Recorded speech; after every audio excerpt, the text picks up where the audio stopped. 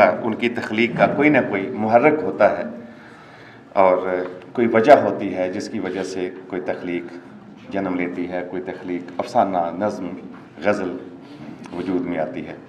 بہت سارے کردار ہوتے ہیں، خاص طور پہ افسانہ نگار کے لیے وہ کردار اپنی خاص کشش رکھتے ہیں، اور اس کشش کی وجہ سے وہ کشش صرف تجریدی تجربہ نہیں ہوتا، وہ کشش ایک ثقافتی نفسیات کے ساتھ جڑی ہوتی ہے، کہیں نہ کہیں ہارمنی ایک ڈیولپ ہوتی ہے، ایک انڈرسٹینڈنگ ڈیولپ ہوتی ہے تخلیق کار اس کردار کے درمیان، جس کی وجہ سے پھر آگے تخلیق میں وسعت پیدا ہوتی ہے۔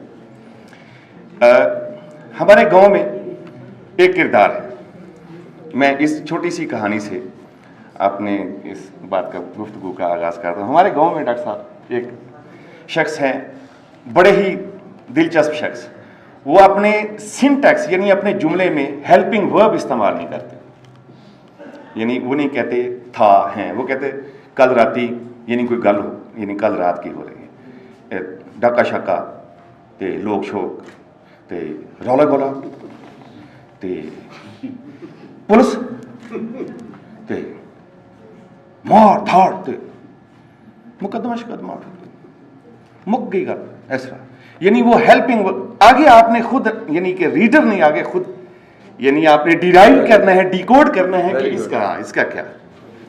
اچھا ہاں، تو وہ ہمارے رشتہ دار بھی ہیں۔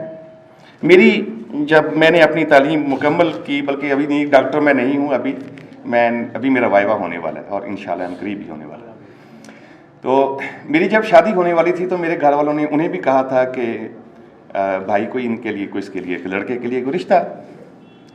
اب وہ ہم راول پنڈی میں تھے، وہ گاؤں تھے، کچھ عرصے بعد ہم اپنے گاؤں گئے تو وہ بھی آ گئے۔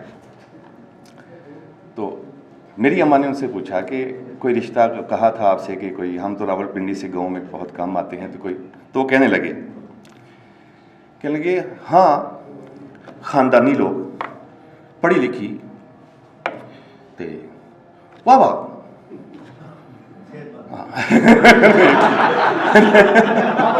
ہاں تے سارے بہن بھرا، مطلب ہے۔ اس کے بعد کہنے لگے، اماں نے کہا پر کڑی لتوں۔ اب یہ کچھ اس قسم کے جملے، اس قسم کی کہانیاں ہمارے ارد گرد، یعنی ایسے کردار ہوتے ہیں جو بڑے یونیک، بڑے انیوژل، غیر معمولی سے تجربات ہمارے ہوتے ہیں۔ یہ تو ہو گئی جی ایک کہانی۔ آپ کو ایک اور کہانی سناتا۔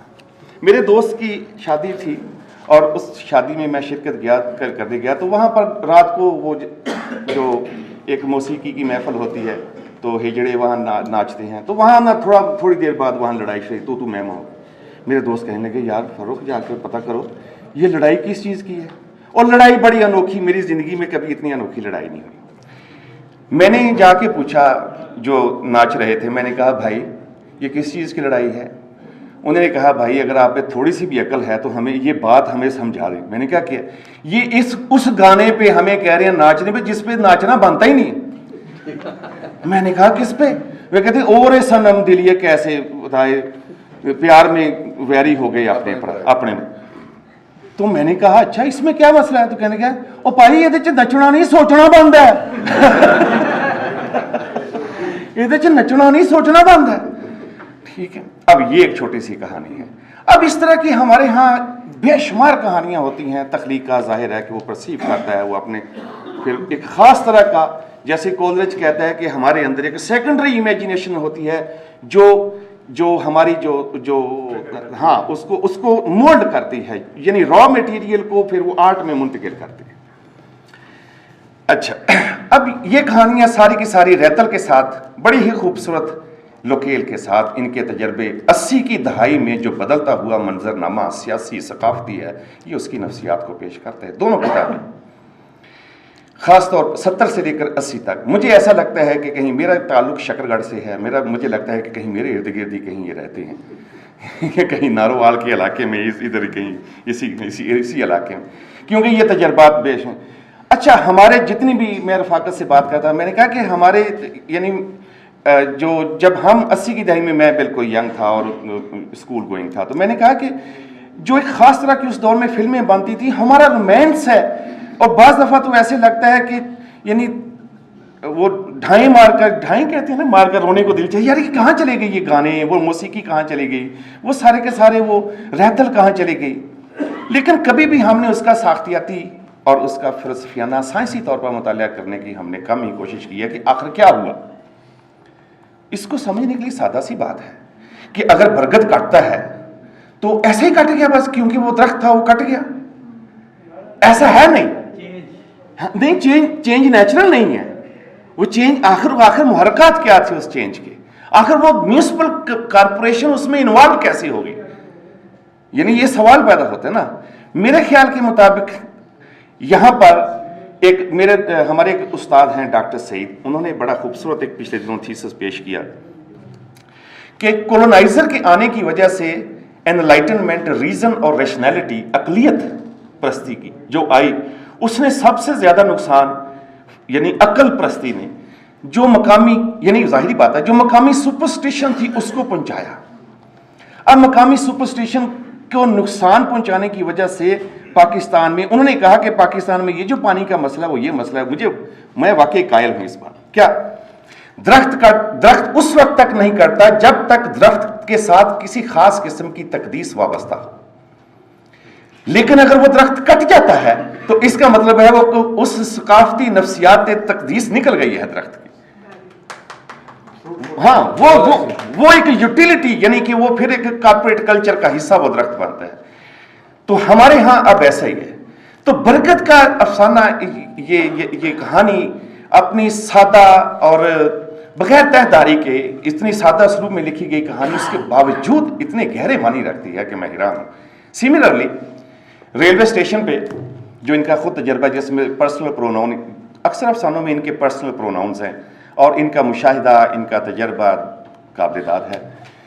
انہوں نے اس ریلوے اسٹیشن کے اوپر جس طرح زندگی کو، جس خوبصورتی سے، جس جزنیات نگاری سے زندگی کو، ثقافتی نفسیات کو ان کا جائزہ لیا ہے، وہ پھر لیکن وہ مسئلہ کیا ہے؟ مسئلہ یہ ہے کہ وہ بتا رہے ہیں کہ بھئی مجھ سے پہلے ایسا ہوتا رہا ہے اور میں اب اس بہاؤ میں ہوں جس میں ریزسٹنس، یعنی جس میں مزاحمت، کسی ایک دھارے کے خلاف بھی مزاحمت میری اپنی آئیڈینٹی اور میرا اپنی ایگزسٹنس خطرے میں ڈال دیتی ہے. میں نے دیکھا ہے کہ ان تمام کہانیوں میں بڑے گہرے معنی کے ہونے کے باوجود کوئی نہ تو بڑی کرائی ہے، نہ بڑا آؤٹ کرائی ہے، نہ بڑا احتجاج ہے، نہ بڑی چیخ ہے. اس کی ایک خاص وجہ ہے کہ وہ ایک درمیانے سے ریلیشن شپ میں ہے، اور میرا بھی ان کہانیوں کے ساتھ ایک ایمبیولنٹ، ایک لو ہٹ ریلیشن شپ، ان کا اپنا بھی ایک لگتا ہے کہ یعنی وہ چیزیں ایک کرب ہے ان کے اندر کہ کیا میں ان کے اوپر ماتم کروں، ان کو لان تان کروں یا نہ کروں. ایک درمیانی سی فضا ملتی ہے. نہ تو وہ کوئی بڑی چیخ ان افسانوں سے دھار نکلتی ہے، نہ ہی بڑا کہکہا، نہ بڑا طنز ہے، نہ انہوں نے ایک بالکل ایک جیسے Kodak camera picture of life. ہاں بھلے اس پہ میں یعنی کہ میری اپنی آبزرویشن ہے کہ literature Kodak camera picture of life نہیں ہوتا. اس میں یا تو کچھ گھٹایا جاتا ہے یا کچھ بڑھایا جاتا ہے، کیونکہ لٹریچر کا مطلب ڈسٹرب کرنا ہوتا ہے میرے نزدیک. اگر وہ لٹریچر آپ کو ڈسٹرب نہیں کرتا، کوئی کہانی آپ کو ڈسٹرب نہیں کرتی، اور اگر فوری تاثر قائم کرتی ہے تو یہ کہانی بڑی کامیاب ہے. اگر کہانی فوری طور پر آپ کے دل میں، روح میں آپ کے اتر گئی ہے تو یادگار کہانیاں ہیں. لیکن آپ کہیں کہ جو رولن بارتھ نے کہا ہے کہ دو طرح کی کہانیاں ہوتی ہیں، دو طرح کا ریسپانس ہوتا ہے، ایک ریڈرلی ہوتا ہے، ایک رائٹرلی ہوتا ہے. ریڈرلی یہ ہے کہ جیسے آپ نے ایک فاسٹ تاثر ہے، اس کا بڑا تیزی سے تاثر ہوتا ہے، اور رائٹرلی یہ ہے کہ آپ بار بار پڑھتے ہیں اور نئی معنی نکالتے ہیں. یعنی آپ ریڈر جو ہوتا ہے وہ ری رائٹ کرتا ہے. ایک لکھا پہلے اس نے رائٹر نے، اور دوسرا ریڈر پھر رکھ کے تو پھر نئی معنی نکالتا ہے. اس کا مطلب وہ ری رائٹ کر رہا ہے. وہ اس تحریر کا جب وہ انٹرپریٹ کرتا ہے تو وہ رائٹنگ کا حصہ بن جاتا ہے، صرف ریڈر نہیں رہ جاتا. تو میرے خیال میں کہیں نہ کہیں مجھے ایک یہ کمی سی محسوس ہوئی ہے کہ کہیں ایسا بھی کئی کہانیاں بن رہی تھیں جو شاید میں نہیں کہہ سکتا کہ ان کو چاہیے ایسا نہیں، کتابیں تو چھپ گئی، ٹھیک ہے. اچھا، اس کے علاوہ جو پہلے شروع میں نے بات کی تھی کہ برگد کٹ گیا، ایک اور افسانہ کہانی ان کی کہ ایک رومانس ہے ولیج کے، دیہاتی زندگی کے ساتھ. اسی طرح ریلوے کی زندگی کے ساتھ ایک رومانس، اسی طرح پرانی رہتل گائے بکری ہماری گلیاں کوچے دیہاتی زندگی کے ساتھ رومانس. اچھا، اس رومانس میں ایک اور پھر آتا ہے کہ ایک نئی ہاؤسنگ سوسائٹی بن رہی ہے، اور ہاؤسنگ سوسائٹی اس ارد گرد کے لوگ اس میں اس دھارے میں بہتے چلے جاتے ہیں بغیر کسی مزاحمت کے، بغیر کسی بات کے، اور وہ ایسا ہو رہا ہے. اچھا، اس کا مطلب یہ ہے کہ سرمایہ دارانہ نظام ہمارا نہ صرف ہماری پلیس انکروچ کرتا ہے بلکہ اسپیس بھی کرتا ہے. اس اسپیس میں ہماری یعنی جگہ تو اس نے لی، اس جگہ کے ساتھ جو ہماری ثقافتی نفسیات ہے اس پہ کتنا گہرا اثر پڑتا ہے. اس طرح بہت سارے افسانے ہیں جس میں خاص طور پر جو کہیں کہیں علامت جو نیولا کی اور اس طرح کی بنتی ہیں. اک کے درخت، میں کہتا ہوں کہ انہوں نے مجھے اپنا جو نا وہ لڑکپن یاد کرا دیا. اچھی، بہت دلچسپ. اگر ان کہانیوں میں نائٹ میئر نہیں ہے کہیں میرے خیال میں، کیونکہ مجھے کتاب ذرا تاخیر سے ملی اور 4-5 دن پہلے ہی ملی، تو مجھے اور وقت مل جاتا تو شاید میں تمام زیادہ لکھ کے بھی لے کے آتا. بقور رفاقت کے ہو سکتا ہے کہ اس وقت وہ اس سے برا ہوتا کہ گفتگو آپ کی اچھی ہوتی. تو وہ ان بڑے دلچسپ بھٹی والوں کی کہانیاں، اور جو نا وہ دودھ بیچنے والے، یعنی اتنے زیادہ ان میں نفسیات اور ثقافت کو سمجھنے کے انہوں نے ٹولز رکھے ہیں. ایک سے ایک بڑا جو نا اس میں دلچسپی کا پہلو ہے. تو میں ان کی کتاب کو ان کو بہت مبارکباد دیتا ہوں، اور میں امید کرتا ہوں کہ آئندہ جو کہانیاں ہیں گی وہ ان سے بھی بڑی اچھے ہوں گے، اور ان کا سفر جاری رہے گا. ایک عرصے کے بعد ایک افسانے کے اوپر ایک نشست ہوئی ہے. مجھے ذاتی طور پر اس نشست میں آنے کا بہت خوشی ہوئی. آپ سب کا بہت شکریہ.